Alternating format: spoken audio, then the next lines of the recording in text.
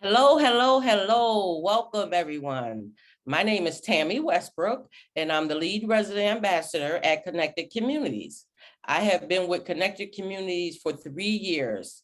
My role is as a boots on the ground staff member, connecting people to resources and informing the community about events coming up. Today, I am your host, and I will be introducing you to all our wonderful presenters. Before we bring them on, I'll be sharing some information about Connected Communities and what the Comprehensive Neighborhood Plan is and why the Comprehensive Neighborhood Plan updates are so important. At Connected Communities, our mission is to partner with Beechwood and Emma residents to break the cycle of poverty through anti-racist, community revitalization, and equitable resource coordination. The Comprehensive Neighborhood Plan, also known as CNP, is our neighborhood's plan for revitalization.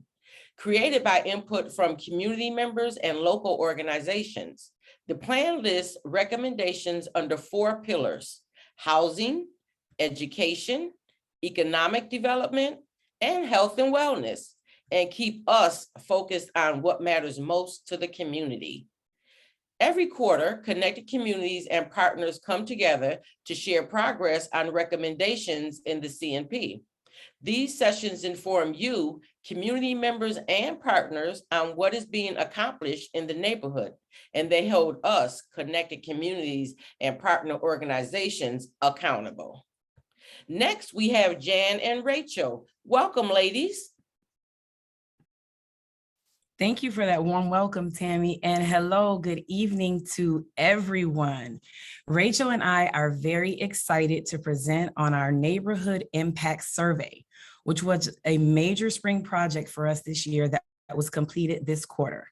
But before we get started, please make sure you pay close attention because you will have a chance to win a gift card at the end of our presentation. And I'll give you a hint, it just might be about our impact goals. As many of you know, you're here with us because you've probably heard of us and or worked with us in the neighborhood. Connected Communities has been partnering with partners across our 4 pillars for the last 7 years. After years of research, consulting, strategy development, and the development and unveiling of our comprehensive neighborhood plan, we really moved into identifying, collecting, reporting, and evaluating our outcomes. The purpose of the Neighborhood Impact Survey is to establish a baseline for evaluating the collective impact of all of the revitalization efforts in the 2 neighborhoods. And one of the ways that we can determine and work towards our social impact in this work is by surveying residents to gather their perceptions and experiences related to our impact goals. So pulling from the CNP, we established 3 impact goals. They are stabilize housing, increase residents' confidence, and improve neighborhood image. One of the things that was very important for us in developing this pilot for our neighborhood impact survey was having a very clear process that we could replicate in years to come. So we developed and executed our neighborhood impact survey with thoughtful and a strategic process. It was introduced in March, and the planning process immediately began with our engagement team as both co-designers on the survey tool and co-collaborators in the process as a whole. We also engaged and partnered with RPD on the design of a residential security checklist, as we found that from similar work of this nature, both personal and property safety were indicators of how residents felt confident in their neighborhood. The orientation and canvassing process were also important to the overall process within the neighborhood survey. We had a comprehensive orientation after our planning sessions, and we had pre-selected 7 days and 22 hours initially devoted to complete the canvassing process using a conversation-based approach with the residents to survey them against those impact goals that we spoke about. And the last 2 elements of the process were related to progress monitoring and then the analysis. We followed during our canvassing process a progress report, which we used to track our outcomes as we canvassed the neighborhood, surveying residents. We wanted to make sure that we were on target for the amount of responses that we would collect, and also to determine how much help we needed amongst our teams as we administered the survey. Once the canvassing was completed, a subset of our engagement team had an initial survey review process, and then our community project manager, Rachel, started leading in the in-depth analysis of the outcomes. So I want to talk a little bit about our sample for this project. We wanted to be intentional about who we were surveying and making sure that the sample had a controlled and an experiment group. We didn't want to randomly survey residents that we engage with through our normal events or through our pop-up sessions, because we wanted to make sure that we could repeat this process in follow-up years and that we could be strategic about what we do with the information and coming back to those residents. Based on our door-to-door canvassing initiatives in the past, we also anticipated about a 20% response rate, which dictated for us the total number of homes that were selected for the survey. We also wanted to ensure that we had a goal of at least 120 responses that would be met. Of this goal of 120 responses, 40 responses were targeted for the Beechwood experiment group, 20 were targeted for the Emma experiment group, and the remaining 20 and 40 responses were for the control group, respectively. We used the City of Rochester's building block interface in order to create the sample, identifying the owner occupancy status of the residents that we would be surveying and determining if the residents were owner occupied or rentals. Also taking into consideration for this sample were the number of code violations and the police incidences over the past 10 years. Again, we were very intentional in trying to get the number of each as similar as possible across all of our sample groups. And we divided up our canvassing and our surveying into 4 teams that went out in Emma and in Beechwood. Our survey tool itself, after the co-design, there were mixed methods of questions that were used, and we had a total of 4 questions that were divided into 4 different categories. 3 of the categories represented the impact goals, which are stabilized housing, there were 3 questions, neighborhood image, there were 3 questions, and resident confidence, there were 3 questions. The 4th category was a property safety assessment, which included 4 questions that were used to gauge a baseline for home safety, which again, I will talk about a little bit later. But now I'm going to turn it over to my colleague, Rachel, who's going to go into a little bit more of the details on the outcomes of the survey. Hi, everyone. My name is Rachel Betts, as Jan said, and I'm here to talk a little bit about the findings and do a little bit of analysis. So this is just a high-level overview of what we found. There's more to be gleaned from this information, but I wanted to share with you some of the responses from residents. So first, I'm just going to go over a little demographic data. We knocked on 431 doors total, and I'm gonna divide this into like Beechwood and Emma. So 215 in Beechwood and 216 in Emma, so about even. We had ended up with 116 surveys completed. So Jan just spoke to our goal of 120. We fell a little short of that. We did complete the full 80 surveys needed for Beechwood. We had 36 done in Emma, and this is attributed to a much lower response rate in Emma overall compared to Beechwood. We had a 37% response rate in Beechwood and only about a 16% response rate in Emma, which isn't bad, but like contrasting against Beechwood, it is lower. The total number of hours we had originally set aside 22. We actually ended up surveying for 33 hours total, 22 hours in Beechwood and 11 in Emma, which just remember as I go through all of this throughout the whole presentation that our goal in Beechwood is 80 surveys and our goal in Emma was 40. So it is split pretty much exactly down the middle for the number of hours, the amount of time that we spent in each neighborhood. So it's about equal if you consider the proportions there. So that is just the initial demographic data that I wanted to go over with you. Next, I'm going to kind of go through some of the answers to some of the main questions in the survey.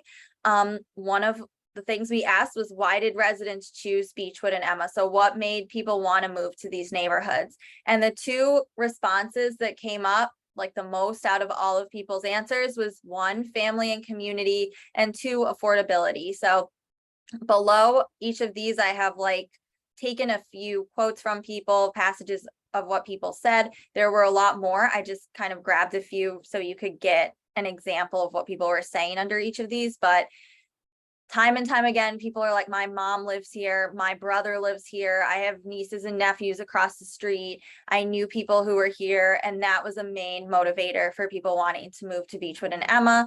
And the next most common answer was affordability. So prices were reasonable, it was cheap, they were able to either get a house, own a house, or rent. We saw people talking about affordability in both cases. Next, we asked people what made a neighborhood healthy and thriving. And we asked this more generally. So we asked people to actually give a definition of a healthy and thriving neighborhood, not kind of define their neighborhood. Then we followed up with, do you feel your neighborhood is healthy and thriving? So here I just have like the definitions people gave, and the 4 like most common answers that people had were, again, number 1, relationships and community. So you're going to see that being a common trend in pretty much all the questions. People come back to that again and again. So when people are close, helping each other, we actually surveyed someone who was outside mowing his neighbor's lawn. So people helping each other, people connecting, people having genuine relationships, building that community aspect up. That was the number 1 thing that made people feel like a neighborhood was healthy and thriving. Next was young children and young families. So that seemed to be an indicator. So people kind of spoke to, if they're driving down the street and they see children and young families, they felt that that made a neighborhood healthy and thriving. They're like, okay, this is a good place to be. So kids going outside and playing safely, kids outside enjoying the neighborhood. Next was an absence of violence, which is really on people's minds with increased violence, particularly shootings in the neighborhoods in all of the city, really. So no gun shooting, no stop shooting and killing, not much violence. That makes the neighborhood healthy and thriving. And the next thing that people said was proximity to resources. So being close to grocery stores, laundromats, good schools, that kind of thing. There's a little lag on the PowerPoint. So next, we asked about neighborhood safety, and we really wanted to gauge how people felt outside recreationally, how people felt inside their homes, and then also if they had either experienced or witnessed a crime in the neighborhood. So outdoor safety, this is just, do you feel safe taking out your trash? Do you feel safe going on walks? Do you feel safe playing at the park? 32.75% of people felt unsafe in their neighborhood, but the majority overwhelmingly did feel safe. And then I put, there is one where people were saying they felt somewhat safe. That was only a couple of responses, so I grouped them all together. So 67.25% of people felt safe in their neighborhood. Next, I asked about neighborhood crime. So 18 out of the 116 people had experienced a home or car burglary, and then 44.8% had the question was, have you witnessed a crime? But people really responded to this, even if they'd heard a crime, I think because shootings are so prevalent this summer already. So people were talking about that and their experience with that. So 44.8% had either seen or heard a crime. Next, we looked at home safety. 103 of the 116 respondents felt safe inside their homes.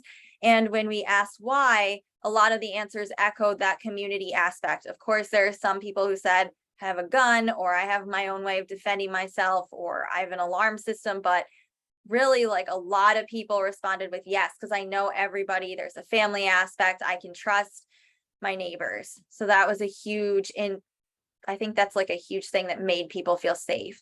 Next, which now you might kind of assume what people are going to say to this, but do residents know their neighbors?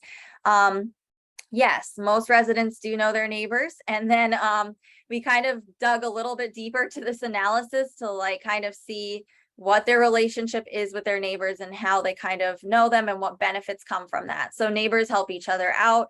One neighbor has glaucoma and her neighbor helps her. We did notice that like it's not the whole neighborhood knows each other. It's very stop sign to stop sign. We had people say like, yeah, I know my neighbor from here to this stop sign. We're all good here. And then we go up to the next stop sign and they'd be like, yeah, we're all good here, but up there, they're not all good. That's a different story. So we heard that a lot. And then we found that like people knowing their neighbors, they really felt that reduced crime. People were saying, yeah, I leave stuff on my porch. I forget things outside. No one takes stuff from me. People look out for my best interest. We did have a few responses saying like, it's not how it used to be. Neighbors used to look out for each other. That's not the case anymore, but that was few and far between. Next, I tried to kind of divide things up a little bit and do a cross comparison. So the first cross comparison I did was between neighborhood homeowners and neighborhood renters, because I wanted to kind of see, well, is there a difference in some of the responses? What I found interesting was time as a resident. So if you owned your home, it's about 20 years was the average time that they had owned their home. And the other thing I found really interesting was that only 1 out of the 46 homeowners surveyed had bought their home in the last year. So we're not really seeing new people coming into the neighborhood and becoming homeowners right now. It's very like stabilized with they've owned it for a long time. Then if you cross compare to residents or renters, the average time as a resident was about 7 years, which was actually longer than I expected. And only 9 out of the 62 renters surveyed had been in their residence for 1 year or less. So we are seeing that people are coming here to stay. They're not, just coming here for a couple months and then going somewhere else. It seems like renters are coming here and they're looking to kind of settle down, raise their families and be here. I didn't really see any difference between homeowners knowing their neighbors and renters knowing their neighbors. Both groups seem to be pretty well integrated into the community, which I thought was like a really good, I just like that. I think it shows that there isn't so much of a difference between the two groups in Beechwood and Emma. And there wasn't really any significant difference between homeowners having school-age children in the home or not, and then renters. The last thing I kind of split up to cross compare was differences in Beechwood and Emma. I like to acknowledge that they are two different neighborhoods, and sometimes there's different like characteristics in them. They have different like needs. So I wanted to kind of see how that panned out. And really, like, I was surprised that I found a lot of the things that I measured in this one small little piece were pretty much the same.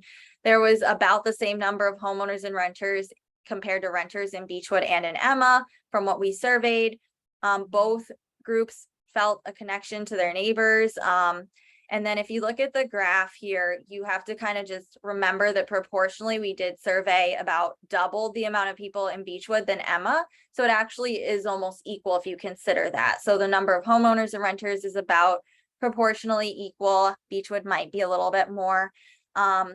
Children, again, Emma's about half as much as Beechwood. And then time as a resident, that's just an average. We find that in Beechwood and Emma, it looks like the average time as resident, and this is homeowners and renters put together, is about equal for both neighborhoods.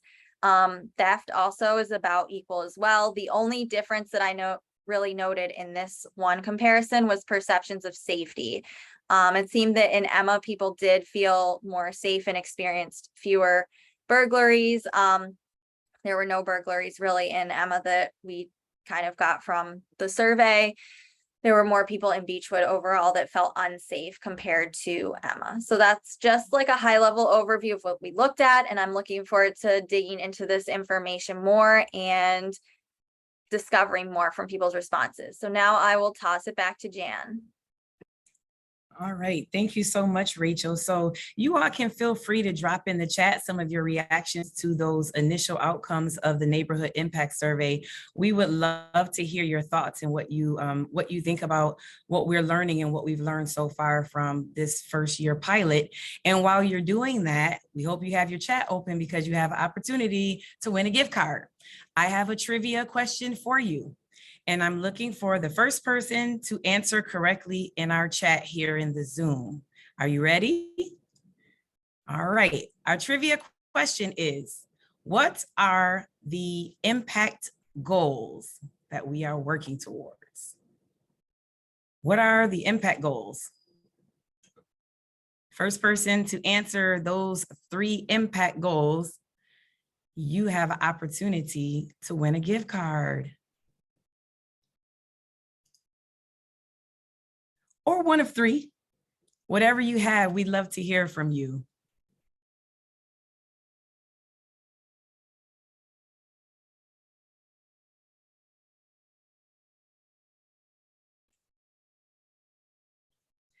We have some responses. I'm just giving you an opportunity, but I believe our first one is in.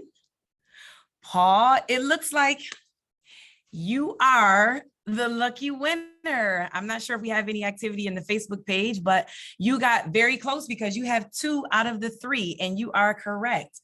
Our impact goals are stabilize housing. Go, Paul, congratulations. Increase resident confidence and to improve neighborhood image. Congratulations, Paul. Rachel will connect with you to make sure that you receive your gift card, and thank you for participating. Now I'm going to wrap up the neighborhood impact survey by just sharing a little bit on how we intend to build on the results. As we know, we've done already an initial analysis. We plan to make sure that there is more analysis done, and as we are doing this, being sure to share it with you at events like this and others, and then also developing share out and responses with residents who participated in the survey. Being that this is going to be an annual process, we are really looking forward to integrating our lessons learned in the next iteration to do this annually. We also wanted to highlight for you all that we are very much so interested in partnering with residents, partners, new partners on developing projects and activities that align with the comprehensive neighborhood plan and that specifically have come out of the outcomes from the neighborhood impact survey. And as we continue to do this, we're really excited about learning more of the needs and the interests, and most of all, seeing how all of the collaborative efforts are paying off and making an impact in our 2 neighborhoods. At this time, I am happy to introduce our partner spotlight, which is City Roots Land Trust. Thank you, guys.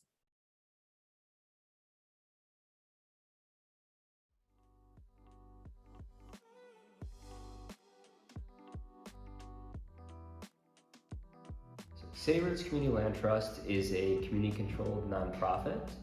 That means that we have actual members within the community who elect our board of directors, who vote on changes to our bylaws, and who kind of steer the direction of the organization.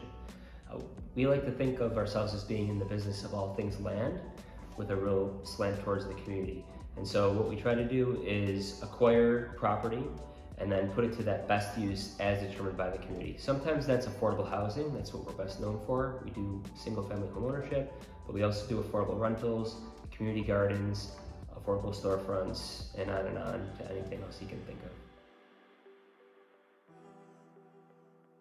Yeah, Art in the Avenue is one of the initiatives that I'm most proud of and get most excited about that we're involved with here at City Roots. We started off as the Complete Streets Makeover in partnership with Reconnect Rochester, and it was really an effort to meet a need that was identified by not just residents in the Beechwood neighborhood, but residents all throughout the city, which is speeding cars within the neighborhood. Unfortunately, we had 2 people that were killed by drivers on Parcells Avenue prior to our makeover, and so the community really got together and wanted to make some changes to that intersection at Parcells and Greeley in particular. And we were really successful in getting the city to make those changes permanent. So we still have a couple things we want the city to do, and we are actively trying to keep it in their memories. And that's why this year we partnered and kind of rebranded with Connected Communities to do Art on the Avenue, where we did a refresh of that boulevard that we had in the middle of the intersection. We brought people out from all over the neighborhood. We had well over 200 people, at least 200 people. And we had line dancing coming out, we had capoeira demonstrations. It was just a great way for people to come together, get to know their neighborhoods, and do a bit of good in their community, and really feel like they had ownership of that good doing.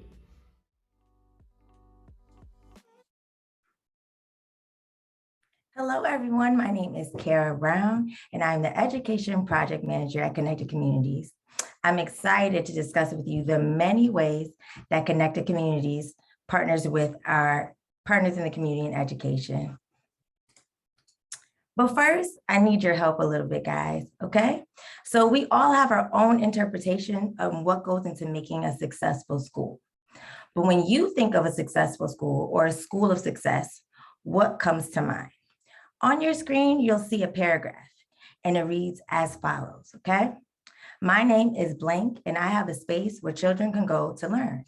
But it's not like any other learning space that you may be familiar with. My space is special. Students have access to blank. My space isn't just for students either. We invite families and our community members to assist with making this space blank as well. We provide things like blank to make sure that they can also fill blank when they are on campus. It takes a team of blank and blank to make these learning spaces special. Okay, so now that I read that long paragraph to you guys, I need your help filling in some of those words, okay? And we are really gonna take it back to school, y'all. We're gonna take it back to school because I need you to give me some verbs, adjectives, and nouns, all right? And if you don't know, we have the definitions on the bottom, all right? A noun names a person, place, things, or ideas. A verb is a word or group of words that describes an action experience. And an adjective describes a noun or a pronoun, okay? So what I need you to do really quickly in the chat, I need you to help me out. It's gonna be one verb, everyone. If you can, give me one verb, all right? So we have read, oh, thank you, it's so fast already. We got some great scholars. We have reading, exercising. Okay, thank you, Jenna. Thank you, we have, who else? We have run, play, fun, learning. Thank you, everybody. We have some really great comments. What else do we have in there? We have think, we have smile, we have listen, we have anti-racism. Thank you, Shane. I love that. Okay, so now that we have all of those really, really great verbs, can you guys give me some adjectives? Some adjectives, guys. Let's see, dancing and smiling. Thank you, Janet. We have safe. Thank you, Shane. We have smiles too. We also have welcoming. Thank you, Joe. Welcoming. We have healthy. Thank you, Shane. We have so many good adjectives. Let's see, healthy. We have joyous. Oh, I love these words.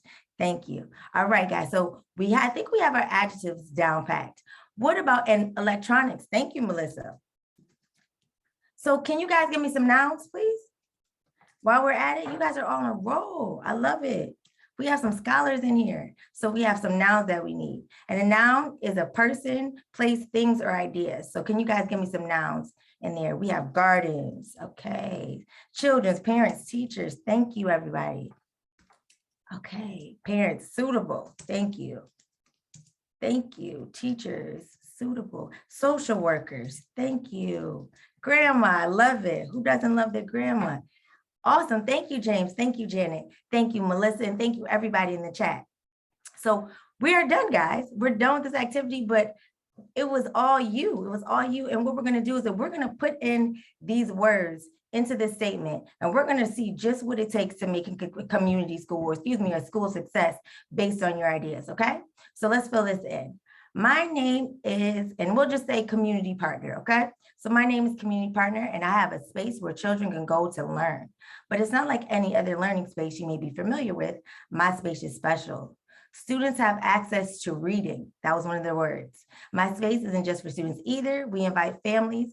Also, we have reading, exercise, and anti-racism, right? My space isn't just for students either. We invite families and our community members to assist with making this space safe, welcoming, and full of smiles. We provide things like, let's see, what do we provide? Gardens, right? To also make sure that they feel safe, right? Or joyous or healthy when they're on campus. It takes a team of teachers, social workers, and grandmas to make this learning space amazing. And I'm just so happy that you guys gave us these words, because this is such an awesome way to describe a school's success. So thank you guys right now for partnering with me to create the ideal model of school that you consider a success. All of your ideas as contributors and contributions as parents, neighbors, and community partners help develop a concept that will make for an academic facility that any of us will want our children to attend. And if you live in the Beechwood and Emma neighborhoods, you're very lucky, because these areas are filled with schools just like the ones that we created. So what is a community school? All right. The community school's integrated focus on academics, service supports, and opportunities lead to improved student learning, stronger families, and healthier communities.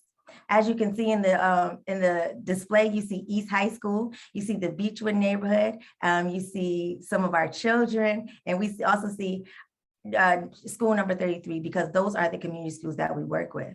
At the core of this strategy is a partnership between the school's families and other community resources, just like the schools you guys created. Community schools offer a way to create an environment that mobilizes and organizes all available resources, schools, families, youth serving agencies, and other institutions around the goals of student success. I want to also talk about the cradle to career education pipeline. And what is that? In the Beechwood and Emma neighborhoods, leaders, organizations, and community members are working together to build neighborhood-level cradle-to-career systems to provide children with health, social, and educational support from birth through college and career. And at Connected Community specifically, we know just how important education is and how students' first teachers are their caregivers. So what we do is you try to create opportunities for families to participate in academic engagement events, starting from birth and childhood. And how does Connected Communities promote the community schooling model? Well, I'll tell you guys, it's a few different ways, but one of the things I want you to focus on is the word connect, because what we do is we connect people, and we connect the Beechwood and Emma neighbors through engagement events. Some of you might have seen us, some of you partner with us actually, you might have seen us in the neighborhoods doing pop-ups, community partnerships like at the Sully Library, and also promoting literacy at the early education academic facilities like number 33 school. We also connect partners in an effort to provide supplemental support and resources and opportunities for growth. An example of this could be seen at number 33 school's field day this year. They actually had 2 field days, and they had it for the first time in years. And they ran into a dilemma where they couldn't find food, right? Or one of the resources for food ran through. But this was an amazing opportunity for partnership, because the school 33 community coordinator, Alexi Reyes, got to connect with New Hope Church and Pastor Bill Gibbons and Nicole Gibbons. And they were able to provide them with over 800 hot dogs to feed the students for lunch for their field day. And it was an amazing opportunity. Another opportunity for growth and partnership, it was in a recent education committee meeting where East High School's 6th grade recruitment was discussed. In an effort to promote growth and partnership, the principal from School 33, Dr. Martinez, invited the administrator from East High School, Dr. Spence, to set up a recruitment registration table at the 6th grade graduation at school number 33. Again, a prime example of community schools working together for the good of the community solely, right? And we also have a community engagement team for number 33 school that are using community partners as resources as well, and identifying opportunities for support to pass potential information for programs and organizations that might assist families. Another way that we connect people are connecting resources for the Beechwood and Emma neighborhood early education providers, school number 33 and East High School, including ongoing efforts to support students in the areas of wellness. This year, we were able to collaborate with the Rochester chapter of the Imagination Library and Dr. Braswell, who is the principal at the early childhood facility at number 33 school's campus. And what we were able to do is sign up over 35 parents at that facility to receive free books in the mail. And so that's an amazing opportunity for students there to receive books for about a year. And all they had to do was sign up, and we were able to set up a table there and do that for them. We also do ongoing community resource allocation through community partners, through emailing, or just with constant contact. And finally, we connect the dots. Through canvassing, we promote the benefits of attending Beechwood and Emma neighborhood early education facilities, school number 33 and East High School, as well as highlighting programming to families and attending students. So we attend recruitment events. You'll often see us in the community supporting as partners in education. And we also collaborated with each other as the Connect Communities team to create an education pillar so that anytime we can promote community schooling and the career to education pipeline. So I just wanted to show you guys some examples of our education connections. If you can see, these are actual pictures of the work that we're doing. The first picture, you'll see the East High Eagle Day, which is a really good opportunity. You see Rachel in the picture. We work with City Roots and together to facilitate a workshop on sustainable communities. And so it was a really great time to talk to the students and some of the teachers just about how we partnered with some of our community members and just how amazing East High School is at partnering as well and creating sustainability in their own community, academic community. And then we have 6th and 7th grade recruitment. You can't really see us, but if you look closely, you'll see the signature teal Connect Community Green sheet over that table, because we were there recruiting 6th and 7th graders and just telling them about all the amazing resources just in the Beechwood and Emma neighborhoods. We have this school number 33 field day that you can see a picture of, community engagement team, which shows 27 responses, and those are, or 25 responses, excuse me, which are 25 collaborators, right, and team members who are coming to help us and provide resources for some of the schools that we work with. Again, the Imagination Library, you see, we're going to be starting a summer neighborhood education canvassing project where we're going to be asking for partners in service from some of our community members, our students, and our families who already attend East High School, number 33 school, and some of their early childhood academic facilities in the Beechwood and Emma neighborhoods. And finally, but not least, the Education Committee. And this is actually a still shot of one of our Zoom meetings where you can see, I think Shane is in there, Jan is in there, Nicole Gibbons, some of our actual community partners who are online right now, just in our board members at Connected Communities, again, working together in collaboration to identify more ways to provide resources for the schools that we support. And I can't even go on to the next slide without sending a shout out to my Connected Community family, Alicia, Jenna, Rachel, Miss Tammy, for coming to the field day at 33 school and volunteering their time and relieving the teachers for breaks and just being a support. So what's next for Connected Communities, and how are we going to continue with, partnering in our service, right? So what we're going to be doing is our summer canvassing project. The SNET project, as we call it, will focus on engaging families of students who are enrolled in childcare facilities located in the Beechwood and Emma neighborhoods, school number 33 and East High School. And so what we're going to be doing is we'll partner up with some volunteers. We are actually looking for volunteers right now because we're going to be going out the week of August 22nd through 26th. You'll be seeing us canvassing between the hours of 9 a.m. to 6 p.m. and engaging families who are already enrolled in these facilities, academic facilities that I mentioned, but really giving them the opportunity to learn more about parent engagement, suggest content that should be considered for curriculum because they do have a voice, and provide insight on how they perceive the community they reside in, because all of those factor into their allowing their students to attend these community schools. And we're going to see how all of their opinions impact their students' needs. Again, we're also creating the education pillar brochure, and I'm so excited about this because everything that I'm talking to you guys about right now is going to be included in this brochure and then some, okay? And we're going to be distributing, this brochure during our canvassing project at any other engagement opportunities. So just so you can get a grasp on what we've done in the community so far with our community schooling model and all of our plans in the future.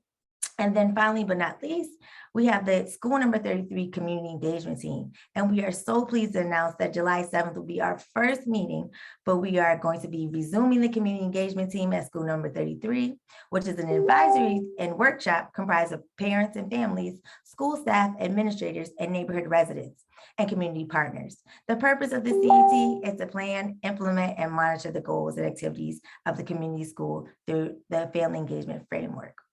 So there you have it, guys. All of the things that we've been doing, we're working with for the community engagement team. Alexi Reyes, was the community engagement coordinator. I just wanted to mention that for the community engagement team. But so far, that's what we've been doing at Connected Communities as far as the education pillar. I'm so excited to share this information with you. And I'm also excited to introduce the Connected Communities new neighborhood hub director, Natasha Walker. Please enjoy the video and thank you for joining me.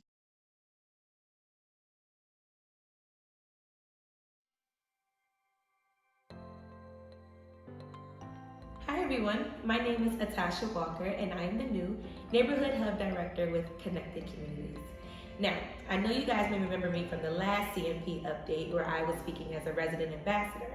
But yeah, I've transitioned to a new role as the Hub Director, and as a resident of Beechwood and homeowner of Beechwood, it is truly a gift to know that I now live and work in a neighborhood where I am personally invested in.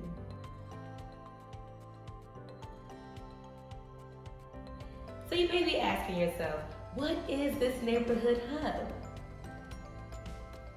From the Connected Communities Comprehensive Neighborhood Plan, one of the findings that residents said that they would like to see in this neighborhood is a neighborhood hub space, a space that would serve as a centralized one-stop shop where residents can access programming for youth and families, learn about resources, have on-site workshops, in a location that is close to home.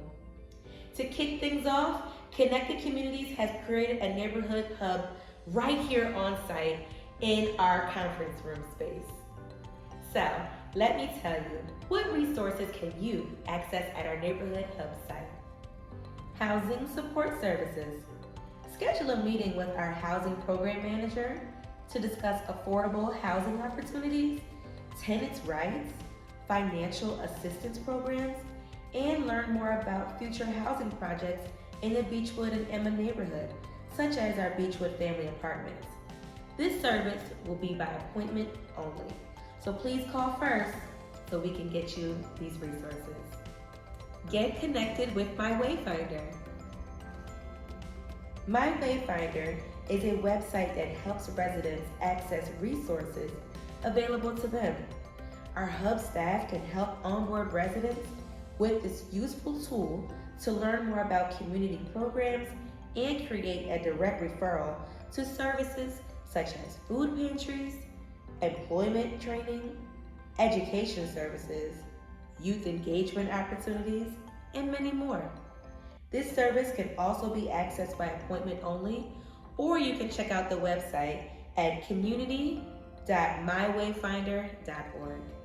Our Digital Business Center. The hub offers residents free, and I mean free, computer access, including printing, copying, and fax for professional needs, such as resume building and online employment applications. On-site meeting space. Do you have a group that needs a home-based space for meetings? The hub offers a use of our conference multipurpose room that can accommodate about 20 guests and is fully equipped with your technology needs, such as Wi-Fi, a screen for presentation, and pretty cool marker boards. The conference space can be booked for single use, routinely scheduled meetings, and events. So these are all the resources that are available to you now. But to continue growing our comprehensive neighborhood plan, our future hub sites will be offering the following: on-site health and wellness programming, financial empowerment workshops, youth engagement activities, and business center needs in a community event gathering space. We want you to know that this neighborhood hub site is a space for you, the residents of Beechwood and Emma. We here at Connected Communities value your feedback. So if there's any services that you would like to see offered in our hub site, please give me a call and we will work together to get the services that you need. The Neighborhood Hub will be open from 9 to 5, Monday through Friday at 1337 East Main Street. As stated, some of the services will be by appointment only and others will be walk-in available. For more information, please give me a call, Atasha Walker, the Neighborhood Hub Director, at 488-8887. I look forward to engaging with you all soon.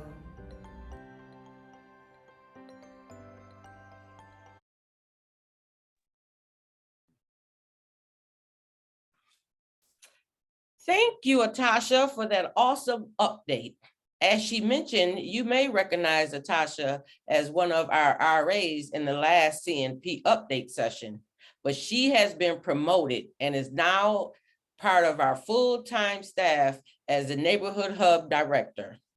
And now I would like to introduce you to my colleague, Jenna, to give an update on the housing pillar. Hello, everybody. Thank you so much for joining us on this lovely, very hot afternoon. I'm Jenna Lawson. I'm the Housing Project Manager at Connected Communities, and I just wanted to walk you all through a couple resources and new events coming through our neighborhood.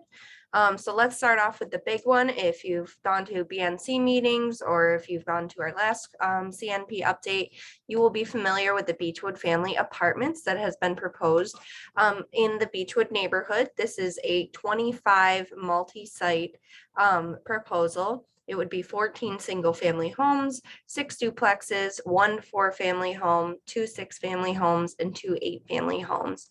These would be affordable to people making under 30% of area median income, and then up to 80% of area median income. So this right here, you can see on the corner of Garson and Lamson is proposed, which would be the biggest unit mix at 8 units.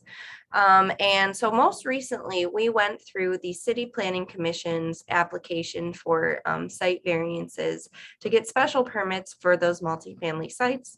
That's what you have to do in a medium density R2 residential district, which is what we did. So on Monday, we went through, a lot of you spoke, and if you did speak, thank you so much for bringing your voice to the City Planning Commission into City Hall. It really made all the difference. So that was passed unanimously.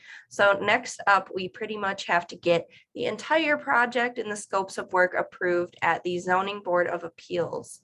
So that would likely be in August of this year. Should be about the middle of the month. We will definitely keep you updated. So make sure you're subscribed to our email list for information about if you'd like to speak at that or any more details. After that, we'll keep going with our community input and finish the design components. So as you'll see, if you go to the project website at connectedcommunitiesrock.org, most of the exterior is completely fleshed out. However, there are a lot of interior elements of what makes a house a home that we're certainly open to hearing from the community about to help us decide on. After that, we really need to just receive our project funding. We applied for our first round at the end of March of this year.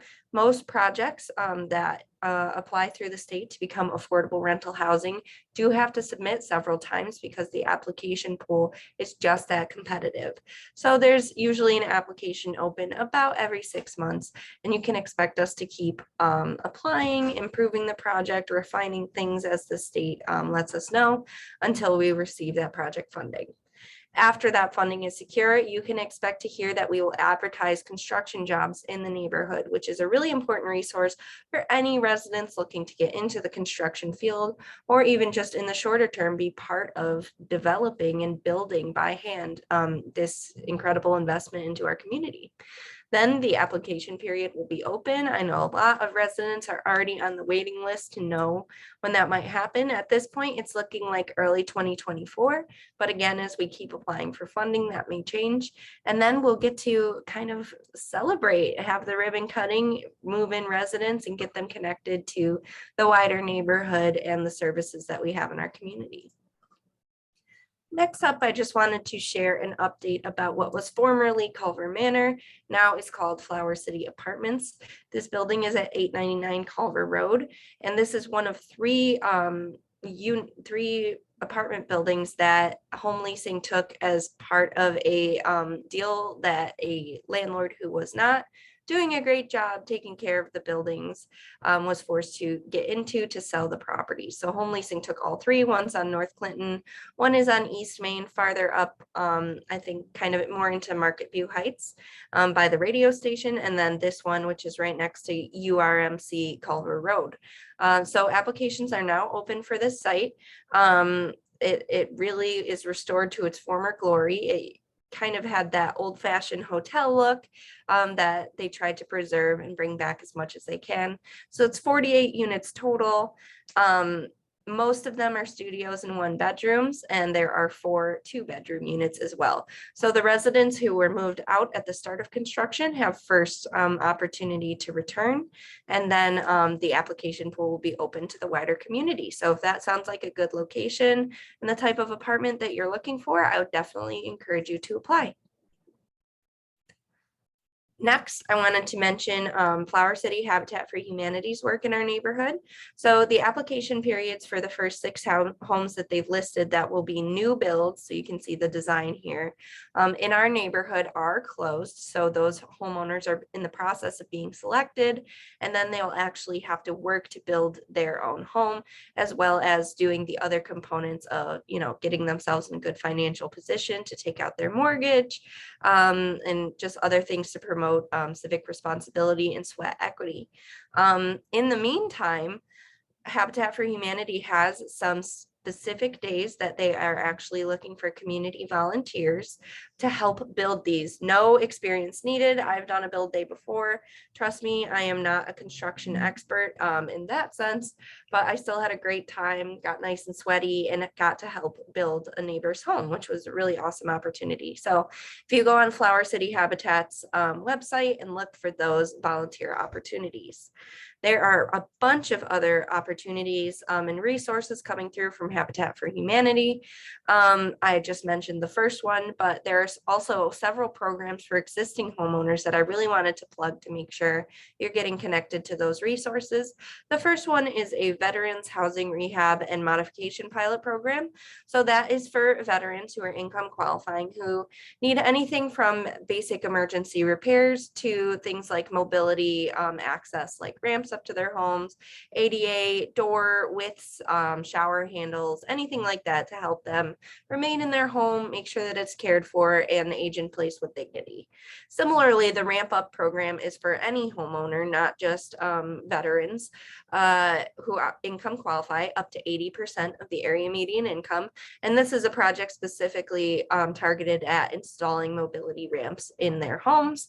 I'm thinking specifically about our beautiful terrace streets where accessibility and physical capability is a huge point of tension for people who would like to remain in their home and age in place. So if that's you or someone you know or love, please make sure that you direct them to the website, have them fill out an application. If not, there's also a number that they can call if they're not as tech savvy. And the installers are super nice. They can actually even come over to the person's house and get the documents from them if they have any kind of technology literacy barrier. Coming soon to Emma and Beechwood, there will be a critical home repair program. This is specific to our neighborhood. And when I kind of asked Flower City to point me out, what are the parameters of this program? They said it's easier to tell you what the few things that it isn't rather than every single thing it is. So this is really anything aimed at making sure that your house is well maintained. It could be windows, siding, roofs, anything like quality, new flooring, if your kitchen needs some help. It's a really broad program that's going to help a lot of residents. It is up to 80% of the area median income. And what happens is if you're paying over 30% of your income towards your housing costs, then you are completely matched for the grant. If you pay under, let's say I pay only 15% of my income towards my housing because I own my home and I only pay property taxes, then I may have to take out a small low interest loan, just so that I have some buy-in in the project, because I'm not currently housing cost burdened. So they kind of meet you where you're at, make sure that the project makes sense for you and is affordable to you based on your specific situation. And then last, just because I know if you're a renter like me, home ownership is often on folks' minds, there are two programs that Habitat for Humanity has that are aimed at helping people become first-time home buyers. The first one is called Homeward Bound. This is for folks who aren't quite ready to take out a mortgage or become a Habitat homeowner, but they're certainly looking to get into a good position in the future. So it can be things like credit repair, financial management, other things that really set you up for success, knowing what you are looking for, knowing what's in your budget. And that can be used for both people who end up in Habitat houses or people who end up buying on the open market. And then the home buyer program is probably most well known in Habitat for Humanity. This is for people who are ready to take out that mortgage to build or repair their own home, and get into affordable home ownership for the first time. Will there ever be affordable rental for single people? Yeah, I would say if you're a single person, Culver Manor, former Culver Manor, now Flower City Apartments, might be the one for you because they have a lot of studios and 1-bedrooms, whereas the Beechwood family apartments will be between 2 and 4 bedrooms. So we have a range, and that was very targeted of what we were trying to do, make sure that there are rooms available for people living in single family homes. Warfield Square, for instance, has 1-bedroom apartments, but then also catering to those larger families. So awesome question. Thank you, Janet. Just one last thing before I go. In the future, probably in the early fall, we'll be doing a vacant structure analysis of all of the vacant structures that are listed by the city in our neighborhood. Now, we know that this list is not comprehensive, and there are a lot of vacants that sometimes only residents know about. So if you have a passion for getting vacant structures back into productive use in our community, come email us, tell us about the vacancies near your house, and make sure that they are either added to our list, or if they were already on it, that you get to give us the full story of what's happening there and what you'd like it to see in the future. Last thing, as the eviction prevention pilot initiative and funding for rental assistance through the county is rapidly closing down, they're not currently taking any new cases. The county does predict that there could be a mass eviction event. So the best protection for residents, whether you feel like you're in good shape now or you might be worried about falling behind in the future, is to stay on top of it, communicate with your landlord, let them know what's going on. And if you are filed against, or let's say you have other issues like habitability, if there's mold in your home or rats in your home or something that you feel is not right, know your rights. On our if you go to tenantdefense.org, you can place a call and get matched with legal representation and assistance, especially whether it be that you're getting evicted through the court or that there are major health and safety concerns in your home. You should definitely look into that. Stay proactive with it. It won't go away. Missing your court date will not help you in the long term. So please take these steps to be proactive. I'm just seeing one question in the chat. For Habitat for Humanity, they do a credit check. And for their home repair programs as well, they do a soft pull on your credit instead of a hard pull, just to see approximately where you're at and what financing they can match you to. So thank you all so much. Again, my name is Jenna. Connect with me anytime. Please give me a call or send me an email. I'm always happy to talk about housing. And at this time, I will throw it back to the lead RA, Tammy Westbrook. Thank you, Jenna, for all that wonderful information about housing. Now I have some RA program updates. This quarter, as the lead resident ambassador, I have been instrumental in helping with other major projects, including the Art on the Avenue, the Beechwood Family Apartments, and the Neighborhood Impact Survey. As a resident ambassador, I helped expand Connected Communities' capacity to survey the neighborhood for the NIS. RAs also helped organize pop-ups and canvassing efforts for the Beechwood Family Apartments, volunteered along with full-time staff as support for the Art on the Avenue event. We'll be holding more pop-up sessions throughout the neighborhood this summer, so come out and see us in your neighborhood. We are looking to hire a few more RAs to come work with me to help us out. If you are interested in this part-time community engagement position, please reach out for more information. And now I'd like to welcome our Executive Director, LaShonda Leslie Smith, as she shares our last reflections and closing remarks for this quarter's CNP update. Thank you. Thank you, Tammy. Thank you.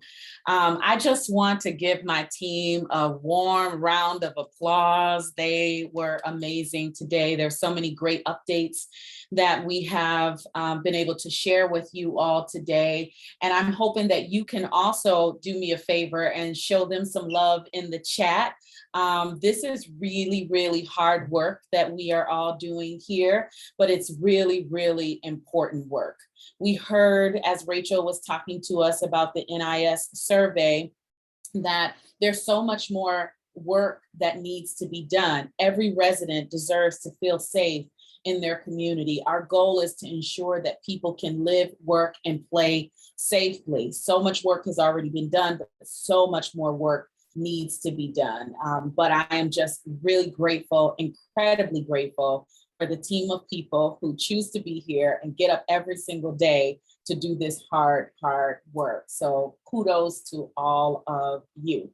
I'm also super grateful for all of the partners that have been displayed here today and the many more that we haven't even discussed. There's just so much that's going on, but grateful for City Roots Land Trust, and even I saw Nikisha on a little bit earlier from Systems Integration, who is helping to fund the neighborhood hub. So thank you all for that.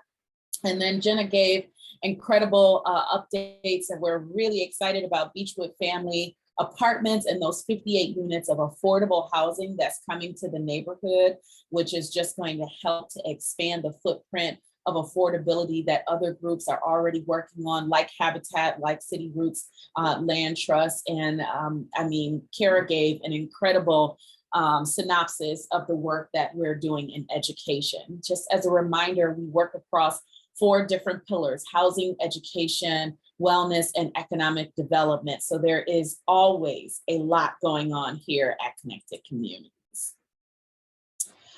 So I just thank you all for tuning in. Please be reminded that we have lots of events that are going on all the time. There are pop-ups that are happening in the community, and in the fall, we will have our town hall. Typically, we have it in the summer, but we have some really exciting things that are in development that we want to be able to share when we have our annual town hall. So just stay tuned for that. That is going to be coming up, sometime this fall, and we'll keep you all posted on that.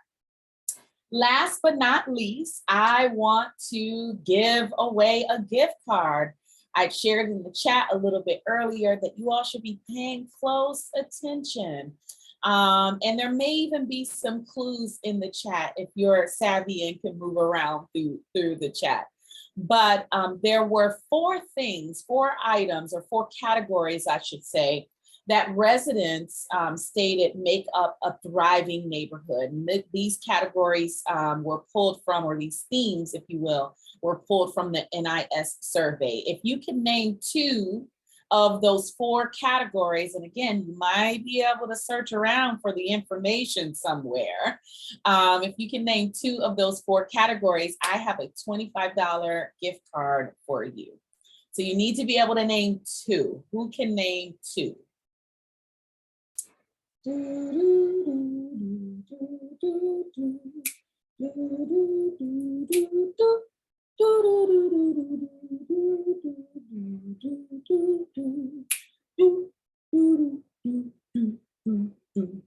Okay, Melissa has dropped something in the chat. She says, stop gun violence. You're sort of close, okay. Children playing, lack of violence. Okay. Children playing, sort of close. Anybody else? You might even be able to find them in the chat somewhere. I don't know. Safety in the neighborhood. Okay. All right. So impact goals were did Joe DeFiore just copied and pasted the entire chat from the entire CMP update. So I'm sure the answer is in there somewhere. Let's see. I actually don't think you have it in there. Okay, so this is what we will do because I love participation. There we go. Yes, there you go, Joe. You got it. So Joe, you win a $25 gift card. Thank you so much for participation. We love the fact that we can come to you virtually and make it convenient for you all, but we don't want you just sitting there looking at your screen and being bored. We try to make sure that you are engaged and you are active, but more importantly, we want you to just be informed about what's happening in this community that we all love so dearly. So thank you so much for being here. Please do be sure to join us the very next time we are getting together, and be well.